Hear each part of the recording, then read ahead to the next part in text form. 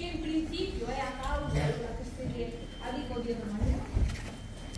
A súa faceta de muller que reivindicaba, bueno, os dereitos dos máis desfavorecidos, en especial das mulleres, que se manifestaba cando había catástrofes ecolóxicas, cando alguna muller sufría un abuso ou alguén necesitaba unha voz. Ela poñíalle esa voz, ou axudaba a que se oíra esa voz, de que non podía falar ou manifestarse.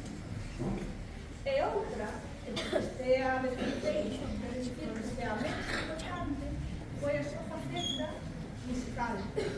Ela empezou, aprendeu a tocar a guitarra, aprendeu a tocar o piano, pero realmente o seu instrumento favorito, se sabedes cal era, sí ou non? O seu violín, que ela chamaba violín. Bueno, pois temos aquí a Susu Bamonte, que é un músico moi importante, quizás pois para aprender estas cousas, pero tamén para practicar esa faceta musical de Luisa Villalta, como músico, como pode ser el. Eu creo que non nos vai tocar o violín, pero sí un instrumento que se chamaba o violín de fora, que é hasta moi bon.